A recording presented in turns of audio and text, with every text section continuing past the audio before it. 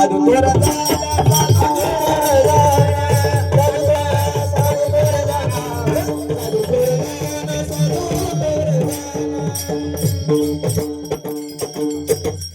मामा काल होते आज आहेत उद्या राहणार याचा पुरावा द्या। एक ठिकाणी जगद्गुरु तुकाराम महाराज ज्यांचा अवतार ते म्हणजे नामदेव महाराज, एक ठिकाणी म्हणतात संत संगतीचे काय सांगू सुख आपणा पारिके नाही ते दे। बाळूमामाच्या दरबारामध्ये एवढं सुख येतं अपपर भाव नाही, कारण बाळूमामा थोर आहेत। साधू थोर जाना, साधू थोर जाना, साधू थोर जाना कलियुगी। एक शब्द तीनदा का वापरता? बहुतेक व्याकरणाप्रमाणे एक शब्द दोनदा आला की मामा त्याला दुरुक्ती नावाचा दोष लागतो। एक शब्द दोनदा, पण तसं बघायला झालं तर हरिपाठाचं द्रुपदच अख्खं दुरुक्तीत जातं, कारण हरिमुखे म्हणा हरिमुखे म्हणा दोनदा काही एकदा म्हणलं असतं कळालं असतं। श्री गुरु सारिका हस्ता पाठीला का इतराचा लेखा कोण करी, हा अभंग बहुतेक ज्याचा हरिपाठ पाठ आहे त्याचा ह्यो अभंग पाठ पाहिजे, आणि ज्याच्या हरिपाठाकडेच पाठ आहे बेहू नका हरीची बी तुमच्याकडे पाठ आहे। हरिपाठ पाठी तर अभंग पाठ पाहिजे। श्री गुरु सारिका हस्ता पाठीला का इतराचा लेखा कोण करी, या अभंगाचं शेवटचं चरण ज्ञानदेव म्हणे तरलो तरलो दोनदा का एकदा म्हणलं असतं कळलं असतं। तसं आज इथं तुम्ही एक शब्द तीनदा, एक ठिकाणी असं बी वर्णन आलं सत्य तू सत्य तू सत्य तू विठ्ठला तीनदा का। आज साधूंना बाळूमामाला तीनदा थोर का म्हणतात त्या पाठीमागं कारण आहे। एक शब्द डबल येण्या पाठीमागचे कारण असतं काय माहिती का, माणसाला काहीच नाही आठवलं की माणूस एक शब्द दोनदा म्हणतो। बघा तुम्ही मामा पहिली ते चौथीच्या पोरांची भाषण ऐकायची शाळेमध्ये, त्यांची ठराविक वाक्य असतात बघा। अध्यक्ष महोदय, माझे पूज्य गुरुजन वर्ग आणि ते जमलेल्या माझ्या बालमित्रांनो, मी तुम्हाला महाराष्ट्र राज्याबद्दल 4 शब्द सांगत आहे, ते तुम्ही शांत चित्ते नाही का, आणि 4 शब्द असते जय हिंद जय महाराष्ट्र। झाले की 4 शब्द? अजून बी बारक्या पोरांची भाषण ऐकायची, ते लय प्रामाणिक भाषण, नाही आठवलं की एक शब्द दोनदा म्हणतात बरोबर का, ते मध्ये गुतणार थांबणार आणि एक शब्द परत परत म्हणणार। परत त्यांचं काय घेऊन असल्या आपल्यात बी तीच आहे। आमच्या सुद्धा नवगडी उभा राहिले की त्यांच्या मांड्या टाळवा जाऊ त्या, बुवा सुद्धा नवीन कीर्तन उभा राहिले की काय नाही आठवलं की एक शब्द दोनदा म्हणतात, आणि कायच नाही आठवलं की मग आपलं विठ्ठल विठ्ठल करायचं। बहुतेक आम्हाला नाही आठवलं की आम्ही बुवा एक शब्द दोनदा म्हणतातच, काय नाही आठवलं की मग विठ्ठल विठ्ठल करतात। आणि बुवा जर सारखं विठ्ठल विठ्ठल करायला लागलं की खाली बसलेला वाटतं गड्या बुवा सारखं विठ्ठल विठ्ठल करतात, ते बुवाचा लयचा अभ्यास दिसतोय गप त्याला आठवलं। दुसरं काय मुळात नाही आठवलं की आम्ही एक शब्द दोनदा म्हणतो। मग आज नामदेवरायांची भावना अशी झाली का आठवण म्हणून एक शब्द तीनदा म्हणले का? नाही, त्या पाठीमागं कारण आहे। तीनदा म्हणले साधू थोर जाना, साधू थोर जाना, साधू थोर जाना कलियुगी कारण आहे। साधू काल थोर आहेत 1, साधू आज थोर आहेत 2, आणि साधू उद्या थोर राहणार 3। बाळूमामा काल थोर आहेत, आज थोर आहे, उद्या थोर राहणार। चंद्र सूर्य तारे तोपर्यंत मामाच्या गालचं कल्याण करणार। करतात काय सांगा? हात नाही त्याला हात दिला, पाय नाही त्याला पाय दिला, मामा करतात काय? अरे चालता नाही नराला चालवतात, बोलता नाही नराला बोलवतात, निपुत्रिकाला संतान देतात, मेलेलं जिवंत करतात नवे नवे। अरे अशक्य सुद्धा शक्य करून दाखवण्याची ताकद ह्या बाळूमामाच्या दरबारामध्ये संतांच्या दरबारामध्ये करील ते काय नोहे महाराज परिपाही बीज शुद्धांगी। अशक्य सुद्धा शक्य करून दाखवलं। मेलेले माणूस उठवलं, ज्ञानोबरायांची कीर्ती ऐका किंवा बाळूमामाची मेले माणूस जिथं उठविले एवढं सामर्थ्य संतांचं। मामानी चालता नाही नराला चालवलं, बोलता नाही नराला बोलवलं, निपुत्रिकाला संतान दिलं, मेलेलं जिवंत केलं, अशक्य शक्य केलं। मग मामानी चमत्कार केलं म्हणून झालं कसं? सगळेच लोक बाळूमामाकडे जायला लागले। आणि आता सुद्धा तुम्ही सगळे किती बारकाने विचार करताय मला माहित नाही, पण मामा 70% महाराष्ट्र बाळूमामाची भक्ती करतोय सध्याच्या काळात। तुम्ही मान्य करा अथवा नका करू, हा तरुण पिढी तर भरपूर मामाच्या भक्तीला लागली। तुम्ही आठवा ना बाबा, कोण कुठल्या देवाची भक्ती करायला मोकळं या? सध्याच्या काळात देव न मानणारी लोक आदमापूरला जायला लागली। माझ्या वर्गातली मुलं मामा कॉलेजमध्ये जी देवच मानत नव्हती ती प्रत्येक आमोशाला 2 व्हीलरवर आदमापूर शिवारी करते। ती जातीपातीच्या पलीकडून जाऊन लोक मामाची भक्ती करायला लागली। आणि एक सांगतो, संताला कधी जातीमध्ये वाटून घेऊ नका। संत जाती जन्माला आली, पण संताची कुठली जात नाही, जातीनं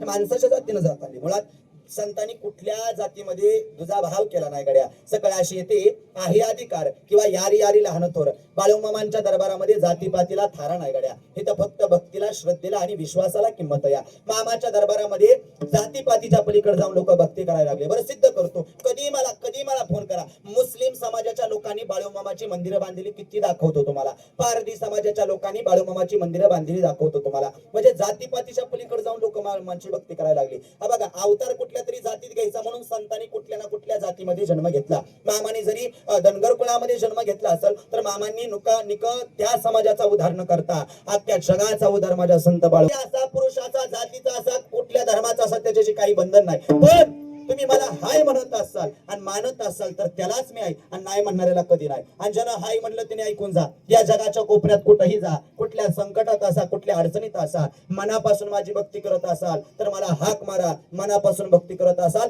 कुठल्या अडचणीत असा, ह्यो बाळू धनगर तुमच्या टाचाच्या खाली उभा आहे. हा शब्द बाळू मामाचा, हे वचन आहे मामाचं भक्तांना. म्हणून आहे म्हणायचे का सगळे लोक मामाच्या भक्तीला लागले. तरुण वर्ग तर भरपूर. बाळू मामाचे 19 पालखी आहेत मामा. रोज मामाच्या दारात कीर्तन करणारा माणूस. मामाच्या कुठल्या पालखीचा तुम्हाला 70% तरुण वर्ग बघायला मिळणार. 60 ते 70%. हा, कुठल्या पालखीचा तुम्ही कुठल्या पण 70% तरुणच मुलं. 30च्या वयाच्या आतली सगळी तुम्हाला. हा 10 ते एखादा म्हातारा माणूस दिसत नाही तर सगळी तरुणी पोरं देऊन मानणारी मामाच्या. आणि एक आहे म्हणजे घरी नाही म्हणून येतात असं नाही मामा. हे चांगल्या घरची माणसं मामाच्या दारात सेवा करायला येतात. म्हणजे असं कमी समजू नका. 200 एकर घरी बागायतदार असणारा मामाची बकरी राखताना दाखवतो तुम्हाला. किती किती 2 एकर नाही मामा, 2 ती गडी मामाची बकरी राखाय अजून दाखवतो तुम्हाला. कधी माझी गाठ घ्या कीर्तन झाल्या. म्हणजे एवढी जहागीरदार लोक सुद्धा मामाची बकरी राखा येतात. घरी नाही म्हणून येतात असं नाही गड्या. बाळू मामाने त्यांना अपेक्षापेक्षा आणि आपल्या लायकीपेक्षा जास्त दिलं याची जाण आहे म्हणून मामाची बकरी राखा येतात. त्यांना जाण आहे त्यांना. अहो हा आदमापूरचा देव असा या एखाद्याला दिलं म्हणजे लई भरभरून देतो आणि घ्यायला लागला म्हणजे काय ठेवत नाही. त्यांना दिलेल्याची थोडी जाण ठेवा. याची जाण आहे म्हणून ही बकरी राखा येतात. त्यांना ठेवा. मामाने त्यांना भरपूर दिलं या याची जाण आहे म्हणून बकरी राखा येतात. सगळी लोक मामाच्या भक्तीला लागली. आता जसं तुम्ही आम्ही गच्च भरतोय दरबार, तसं मामाचा दरबार त्या काळात गच्च भरायचा आणि असंच भजन कीर्तन चालायचं. विठ्ठल विठ्ठल.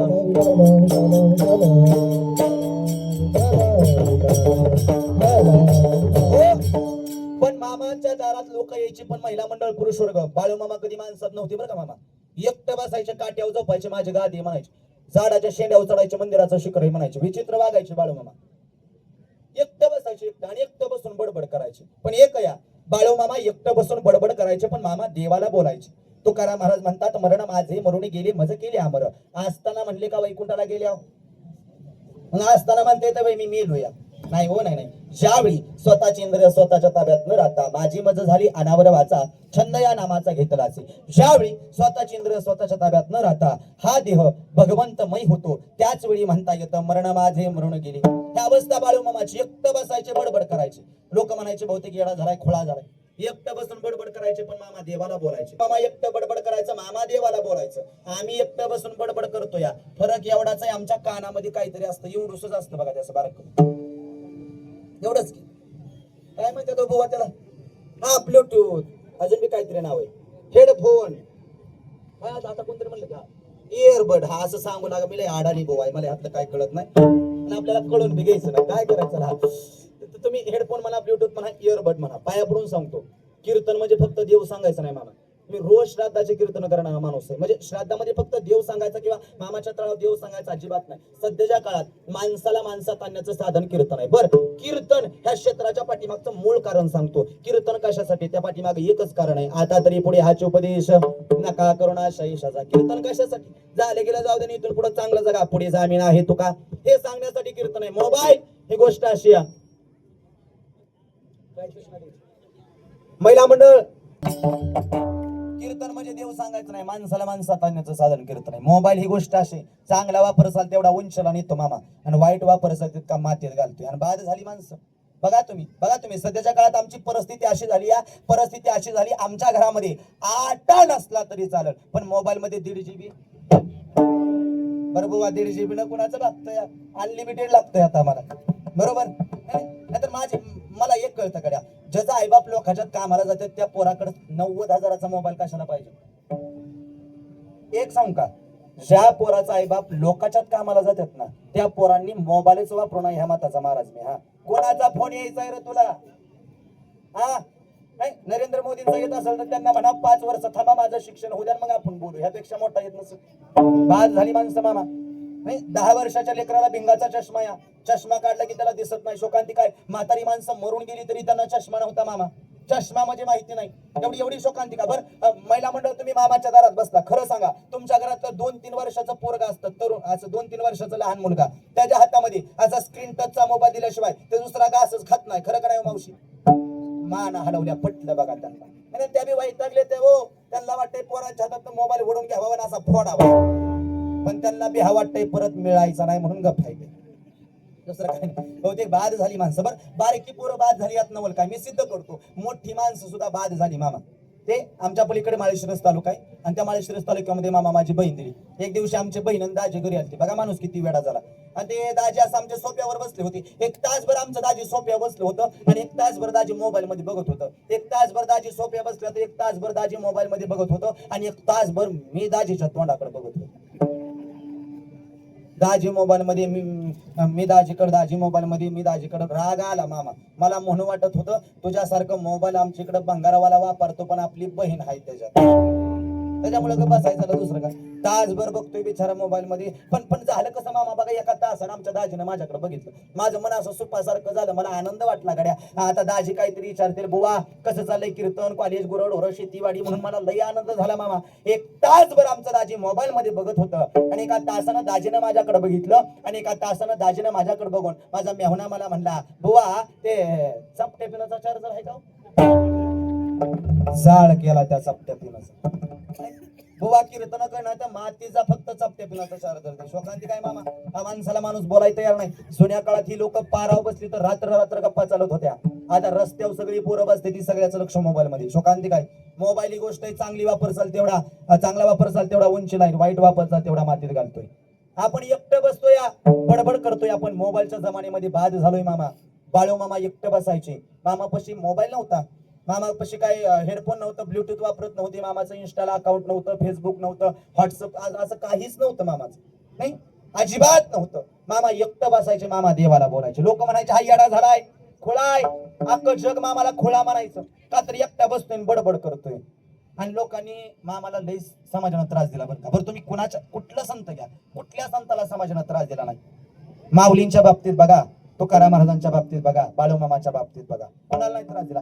भर दिवसा बोराटीच्या काठीनं तुकाराम महाराजाला मारलं. खळखळ उकळणारं पाणी अंगावरती टाकलं. लोकांनी शेण ज्ञानोबांच्या जोडीमध्ये टाकलं. तुका म्हणे संत सोशी जगाच्या आगात. पर संत होणं सोपं आहे का? ज्या समाजाला त्रास दिला लोकांनी बाळूमामाला त्रास दिला. आणि एकही घड्या कीर्तनात बसला निघलाय विषय म्हणून सांगतो, लोकांनी आपल्याला त्रास बी दिला पाहिजे मामा. नाही, लोकांनी तुमची चर्चा केली पाहिजे, नावं ठेवली पाहिजे, काढे केले पाहिजेत, निंदा केली पाहिजे. महिला मंडळ आपल्याकडे म्हणे बघा, निंदकाचे घर आजपासून होळकर गाडी गावातली म्हणून बदलून टाका. निंदकाचे घर असावे दारात. शेजाऱ्याला दिसत नाही, पुढं पायथ्याला दिसलं पाहिजे आपलं काय चाललंय पाहिजे. निंदकाचं घर अहो, चांगल्या रस्त्याला गतिरोधक आणि चांगल्या माणसाला विरोधक पाहिजेत मामा. ज्या दिवशी चर्चा वाढणार तुम्हाला तुमची बदनामी होणार एवढं मात्र त्रिकालाला दिसत. लोकांकडे लक्ष द्यायचं नाही, नावं ठेवली पाहिजे, लोकांनी चर्चा केली पाहिजे. जर तुम्ही बाळूमामाचं भक्त असाल तर नावं ठेवणाऱ्यांना फक्त एकच सांगायचं, काय नाव ठेवायचं